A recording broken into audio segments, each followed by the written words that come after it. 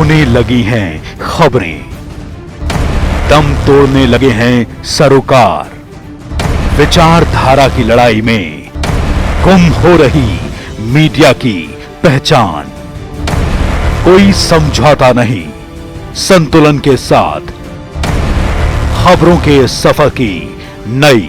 शारीरिक शोषण होता था और अगर उनका समर्थन ना करें तो फिर वो स्पष्टीकरण छापते थे और स्पष्टीकरण से फिर आपकी सैलरी करते थे। और महिलाओं से उनका कुछ ज़्यादा ही लगाव रहता था। अगर महिलाएं उनकी बात नहीं मानती थी तो फिर दूसरी चीज़ें होती थी। राह चलते कुछ ना कुछ अश्लील बातें बोलना, ऐसी बातें बोलना कि आप जिस काम में लगे वो काम नहीं कर सकते।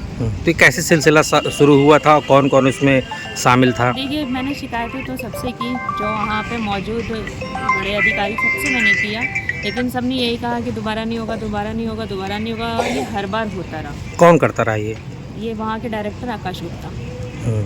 और जो प्रबंधक है उनका क्या रोल रहा है इसमें? प्रबंधक तो उनके पिता है ना, और सबसे बड़ी बात है कि वो लॉयर हैं। अपने बेटे को हर इंसान बचाता है, तो उन्होंने उनको हमेशा शील्ड किया कि नहीं ठीक है। जैसे मेरे साथ जो भी घटना हुई उसमें उन्होंने उन्हीं को शील्ड किया। मैंने कभी भी कोई भी शिकायत अगर की तो मेरे ऊपर आरोप लगा कि आप टीचर्स के साथ मिलकर पॉलिटिक्स करती हैं। तब मुझे धमकी दी गई थी कि आपको हम टर्मिनेट कर देंगे। तो जब आप मुझे टर्मिनेट करेंगे बिना गलती पे, तो इससे अच्छा मैं रिज़ाइन कर दूं। लेकिन अगर मैं रिज़ाइन कर दूँ तो फिर आपको छोड़ूंगे भी नहीं। आप जब टर्मिनेट करते हो तो आप सैलरी और डॉक्यूमेंट्स दे के करते हो, लेकिन इंसान अपनी मर्ज़ी से रिज़ाइन करता है और खुशी से जाना चाहता है, तो ना आप उसकी सैलरी देते हो ना डॉक्यूमेंट्स देते हो। क्या अभी तक आपके दस्तावेज नहीं मिले? नहीं, मेरे दस्तावेज अभी तक नहीं मिले। मैम, एक आरोप और आपने लगाया था कि स्कूल में शराब पी के आते थे, वहाँ पार्टी करते आए दिन रात के 9 बजे 10 बजे, जबकि अशोक गुप्ता जी जो वहाँ के मैनेजर हैं जानते हैं कि हमने आउटसाइडर एम्प्लॉयज़ को यहाँ ठहराया है। स्पेशली फीमेल ही ज़्यादा रहती थी वहाँ पे, मेल्स तो आउटसाइडर रहते थे, छुट्टी के टाइम पे चले जाते थे। जैसे सैटरडे को हुआ तो संडे की छुट्टी में वो अपने घर चले जाते थे। अब हम लोग दूर के हैं तो हम लोग स्कूल कैंपस में रहते थे। इस चीज़ का फ़ायदा उनका बेटा उठाता है कि कभी भी आ जाओ, अपने बाहरी दोस्तों को भी लेकर आओ, उनके साथ ड्रिंक करो, बैठ के गांजा पियो, ड्रग्स पियो, बस यही। और उनकी मदद वहाँ के एम्प्लॉय खुद करते हैं।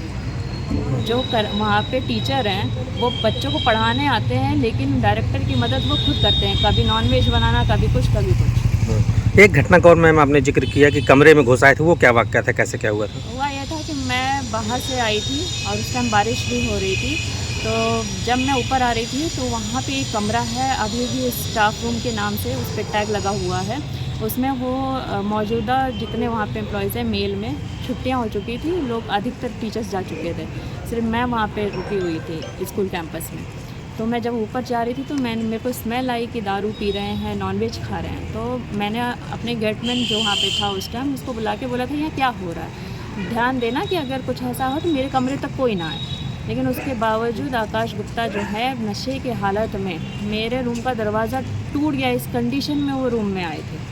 ठीक है, तो फिर वापस मैंने, जब मेरा बेटा भी था वहीं पर, तो इस वजह से चीज़ें नॉर्मलाइज हो गई उस टाइम पे, क्योंकि मेरे बेटे ने रोना चालू कर दिया। तो ना वहाँ पे जो गेटमैन है वो आ गया और वो फिर चले गए। जिस तरीके से इनकी हरकतें थी, तो क्या वहाँ जो और भी छात्राएं पढ़ती उनके लिए कितना खतरा? बिल्कुल सर, वो छात्राओं को इतनी बुरी तरीके से नज़र से देखते हैं ना कि अगर कोई भी इंसान, महिलाएं स्पेशली, बिना कपड़े भी पहनी है तो बिना कपड़े के उनके सामने।